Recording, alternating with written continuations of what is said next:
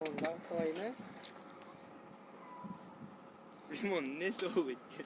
Tam yakmaya kalır. Assalamu alaikum mekendeshler.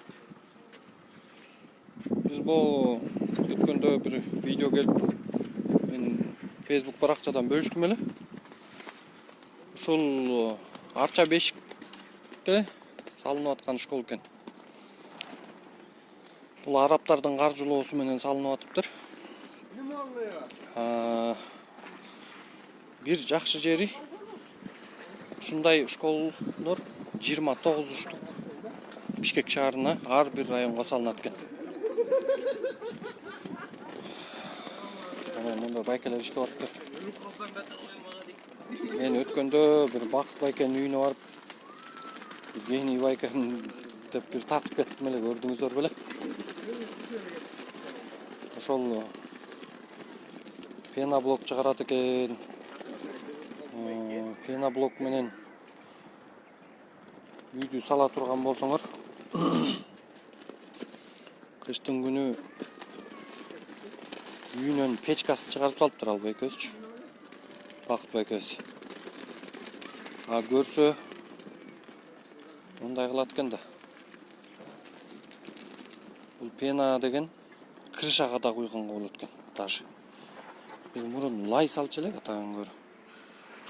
Азыр лайды эч ким салбай калган да. Анан эң жакшысычы, мунун жакшысы, акчасы жаман арзан экен да. Ушундай арзан экен акчасы. 150 сомдон айланат экен, квадрат метр 20 сантиметр куюлат экен. Мындан ысык да өтпөйт экен, суук да чыкпайт экен, короче. Азыр мен басып көрөйүнчү. Таң көрүү. Бул күйбөйт дагы экен да, Кудай жалгап. Да, туугандар, ошол адамдан амал качып кутулбайт. Ушинтип биздин өзүбүздүн Бакыт байкебиз эле ушинтип өзү аппарат жасап ушинтип Кыргызстанга кызмат кылып жүрөт. Ошо башка мамлекеттин материалдары бизге деген 300-400 сомдон айланат квадрат метри. Мунун 20 сантиметр калыңдыкта куюлганы 150 сомдон айланып атат. Ар бирибиз пайдалана турган экенбиз. Анан жанагы блоктор чыгат го. Өткөндө дагы бир ошол үй салсак, эмен бир үй сала турган болсок, ошол дархан блок менен салсак деп ойлоп аттым эле да. Эмнеге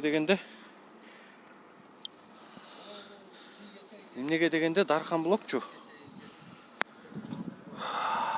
Жайдын күнү кондиционер колдонбой деле койсо болот экен. Ал үйгө барып да тартам буюрсачы.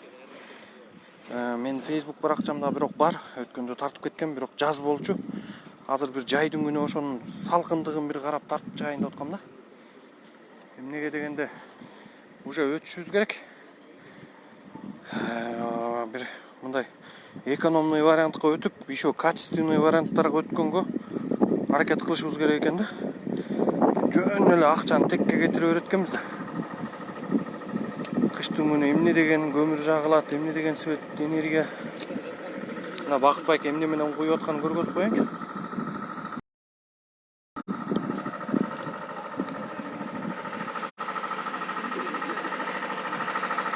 Бетинде аппарат экен.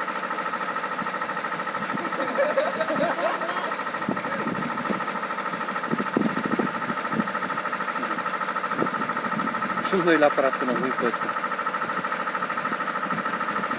Мына пенасы, кум, цемент. Башка химия жок. Эң жакшысы ушул экен да.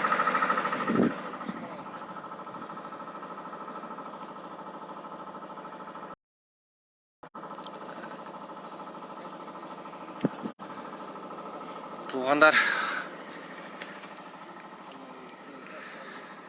ушундай видеолорду чыгарып кое турайын, бөлүшүп коюп тургула. Эмнеге дегенде ар бирибиз жылуу, жумшак, мындай ал эле эмес акчага да чөнтөккө дагы мындай жакшы келе турган үйлөрдө жашасак эмне жаманбы? Анткени биздин үйлөрүбүзчү стекловата салып коебуз потолокко. Ал стекловата басырылып калат. Басырылгандан кийин ал мындай жылуулукту чыгара турган, жайдын күнү ысыкты киргизе турган ушундай эле бир материал да. Бул материал болсо натуральный материал да. Бул эле эмес.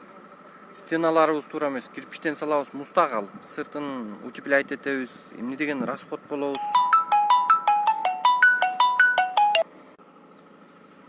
Өткөндө Бакыт байкеникине баргандачы, печкасын чыгарып салыптыр.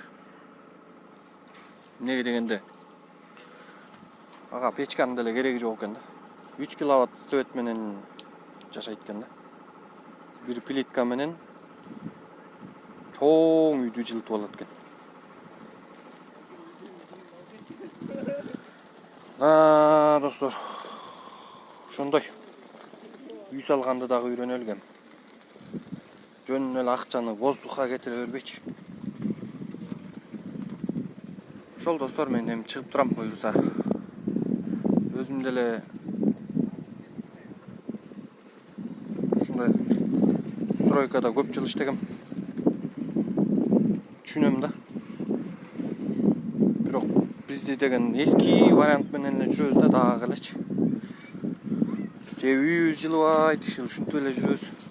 Же өкмөт бир мындай бир колго алып, мондай салыныш керек, дегендей салыныш керек деген бир программасы жок. Өзүбүз эле колго албасакчы. Дагы жакшы. Азыр кыйын, гений адамдар чыгып атканда шүгүр келтирем да. Жеп жутарлар өзлөрүнүн жөнтөгүн ойлоп эле эчтеке кылбайт го. Могу арабтарды карагылачы, килтейген 3 колду